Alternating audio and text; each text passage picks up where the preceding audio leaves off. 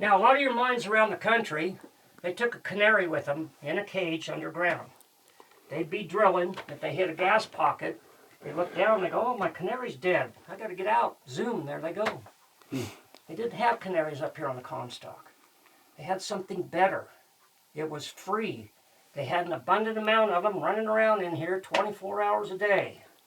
Nice. Rats. Dozens and dozens of rats were running around in here constantly. Now, on a good day, the miners are working. There's no problems. The rats are running along the walls looking for food, being rats. But if there was smoke, if there was fire, if there was a cave-in, the rats got scared. They just start going crazy, looking for a place to hide. And the miners watched that. When they seen that happen, they go, uh-oh, something's wrong. We better find out.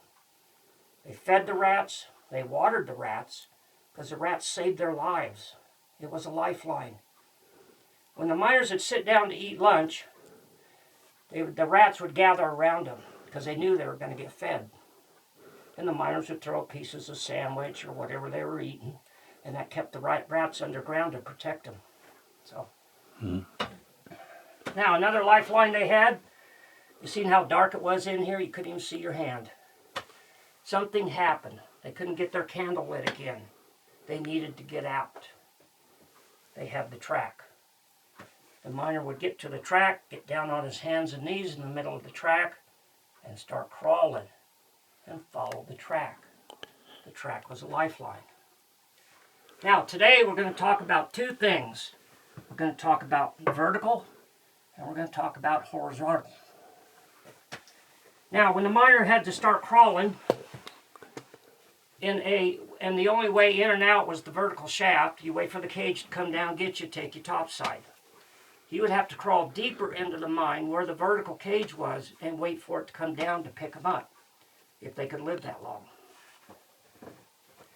Now, I'm going to walk down the other end. Give you guys some more cool stuff. You're in good shape right here. You just come around, face the wall. I was looking for a place to stand. Right over here, you guys come up, take a look. Ooh. This is the vertical shaft in this mine. This vertical shaft originally went down 262 feet below us. Miners would come in, go down the ladder, go to work their appropriate floor. Now, you had a winch operator. If you look opposite of it, there's a winch. The winch operator sat behind the winch for 8 hours a day. That was his job. That was one of the easiest jobs to have, but it was the most stressful. And if you look up over my head where my light is, you see a bucket. The winch operator would drop the bucket down the vertical to the lower levels when they called for it. Fill it with gold and silver, bring it back up. He'd have an ore cart sitting here, have a kid transfer the ore cart or into the cart, and they wheel it out and process it.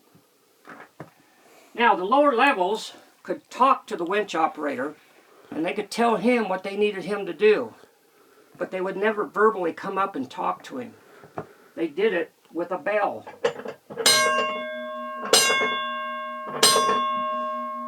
Now, over here on the wall is the hoist signal code. There are 20 different selections on this chart. The winch operator knew this chart like the back of his hand, just like Morse code. That's all it is. For instance, if the fourth level called for the bucket, they'd ring the bell 2 times, a pause, and 4 times. Winch operator would say, oh, fourth level's calling. He'd drop his bucket down. Once he got down to the 4th level, 1 ring of the bell, and then stop. You were there. Now, let's talk about the winch operator. The winch operator was a very hand-picked man. He was thoroughly investigated. They did a thorough background check on him before he could operate a winch. He couldn't drink. He couldn't smoke. He couldn't have wife problems. He couldn't have girlfriend problems. He couldn't have a gambling problem. He had to be a well-sound man. Because when he made mistakes, people died. Wasn't no getting around it. He had to pay attention where his bucket was at all times, what direction he was going, what floor he was on, what floor he was going to. What did he have in his bucket? Did he have gold and silver? Did he have track? Did he have square cut timbers? Or did he have a hurt miner?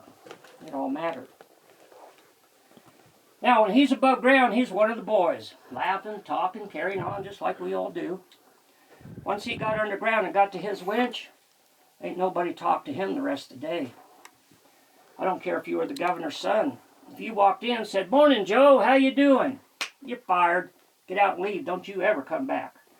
And it was a winch operator that fired you for talking to him, because he had to pay attention. As much noise as was going on in here all the time, if he didn't hear one of his bells, he could go the wrong direction, go the wrong floor, and bad things happen. So he had to listen. He was off limits. He was in his own little world. Now, the miners in this mine were paid $4 for an 8-hour shift. $4 a day. The winch operator was paid $4.50 for an 8-hour shift. The combination shaft across the ravine we talked about, they were paid $6 a day. But they were going down 3,000 feet underground, so they got hazard pay. Now you guys are thinking, man, that ain't very much money. Can't even buy a hamburger for that. That was great money back then.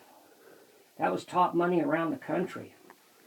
Men came from all parts of the world to work in these mines at $4 a day. That was top wage.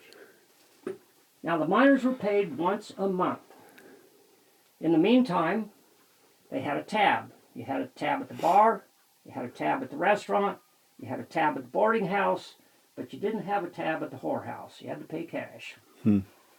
So they would go around when they got paid, and they paid their tabs. If you did not pay your tab, you didn't eat, you didn't drink, and you didn't have a place to sleep. You were sleeping outdoors. So they were good about paying their tabs. They did real good. Now, what we're standing under right here, this is the long part of the story. I'll get started on it. Are your square-cut timbers. These timbers were harvested out of Lake Tahoe, California in the 1800s. When they got through harvesting all the timbers in Lake Tahoe, California, there wasn't enough there to build a box of toothpicks. They took everything lock, stock, and barrel. Now, as you see, we have some 12 by 12 square cuts, and we have every other size and dimension in here to keep the walls and ceiling from caving in. Now, at the beginning of mining up here on the Comstock, they did not have the square cut timber method. They had nothing. Miners would dig into the mountain, they would get in 20 feet, 50 feet, 75 feet, and it would collapse and kill them. They had a drastic problem. There's a man by the name of Philippe Diedesheimer. Now, old Philippe, he was a Jewish German engineer. He got his engineering degree in Germany. After he got his degree, he came west. The powers to be out here on the Comstock heard about old Philippe, and they sent him a wire. They said, "Would you please come to the Comstock? We have